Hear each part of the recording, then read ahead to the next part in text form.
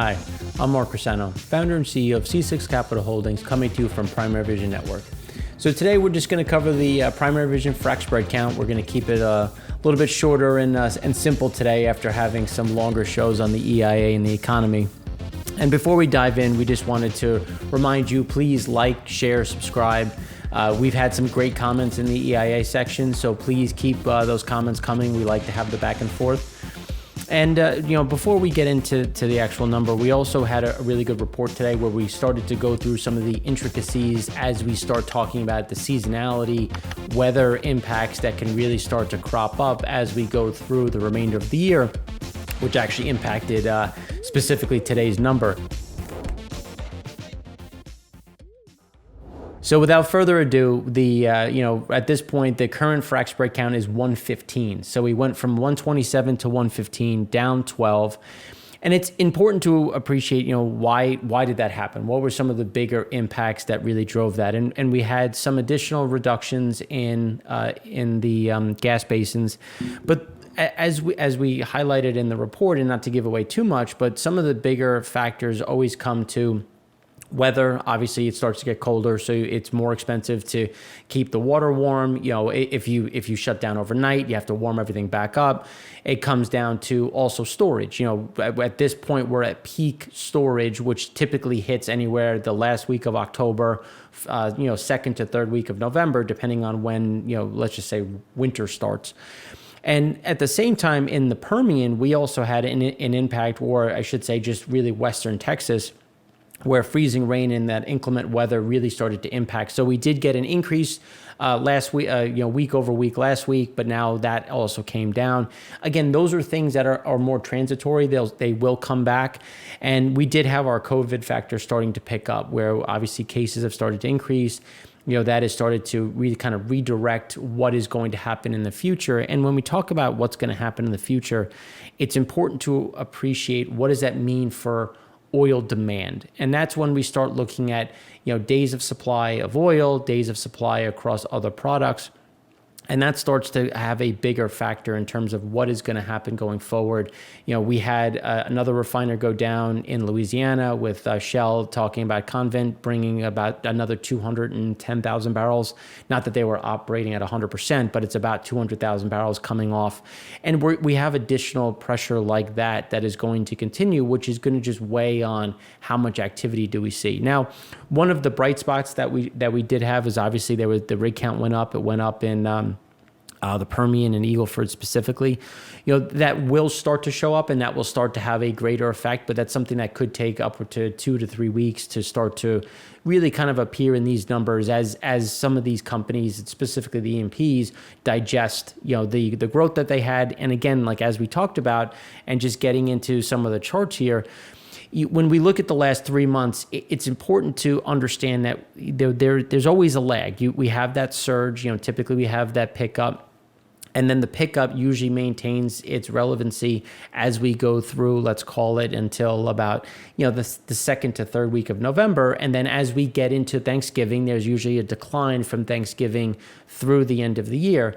And that's something that we saw happen in 2016 and in 2019, specifically in the Permian. So when we start talking about confidence ranges and where we think things are going to go, we do see an addition in, some additional activity coming back in the Permian.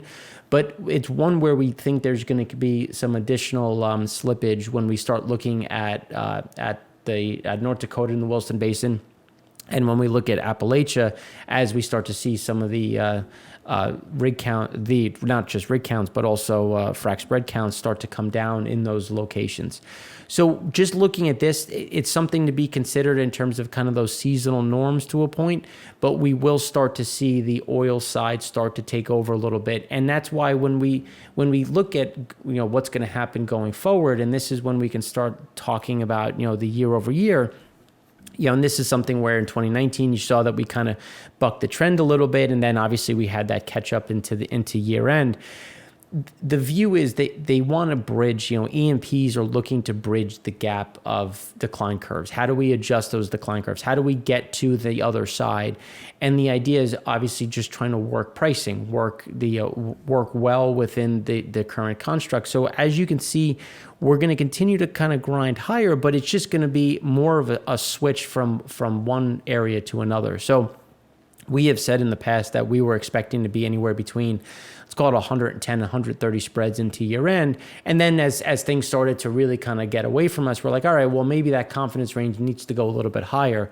But again, this is something where we go back and we start to look at, okay, well, maybe seasonality is real. Maybe there is something there, and seasonality did kick in.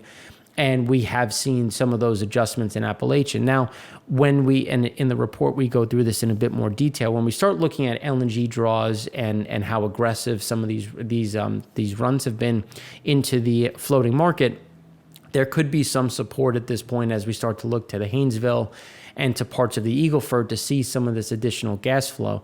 And that's going to be something to watch, because where Appalachia typically has their cost issues, the tightness in terms of pipe, you don't have the same type of restrictions in the South. So we could see some additional activity, which is why we will start to see some of that growth in Texas specifically, but also in Louisiana and Oklahoma. We could continue to see some activity that's going to maintain, which is why we still hold to the view that we're going to see between that, let's call it 115 to 130, as we get companies looking to make that final push and then really starting to ramp down as we go into the holiday season. So these are some of those things that we continue to look at. And just before we go, we wanted to talk about, Vopak, one of the largest providers of commercial storage.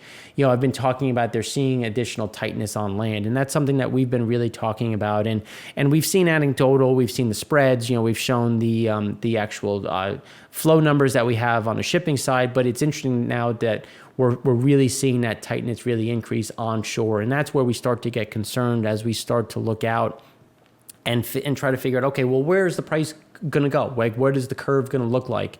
And that's why we think there's going to be additional pressure to the front months, especially as guys try to price in some of those, some storage, because when we look out in terms of floating storage, it really isn't all that economic. And as storage goes and tightens up, obviously costs go up. So as costs go up, it becomes harder, and then you have a choice. Do you just leave it in the ground, or do you pay up? And this is at a point where you start to leave it in the ground. And that's where we're always looking at it. So at the third segment was really, we dug into kind of what is happening abroad, why we think this is going to happen. And obviously we try to keep things consistent. We're going to do it again with floating storage, what oil in transit, what does it look like? And then really kind of looking into what is happening at the refining side, the demand side, to try to bridge that gap to kind of show why we think these issues are going to continue. But we're also going to show you if they don't. We're looking at the data. We're going to try to be as agnostic as possible, and try to lay it out for you to give you some way to guide your views and to what we're thinking. So thanks again for watching. I know we had a busy, stressful week for some. Good. Thank you for those who were counting votes, because we know how thankless and tough it can be. So hopefully we have a peaceful transition once we have the official numbers and the recounts are over, and we can move on and unite as a nation. So thanks again for watching. I'm Mark Rossano, founder and CEO of C6 Capital Holdings, coming to you from Primary Vision Network. Have a great weekend.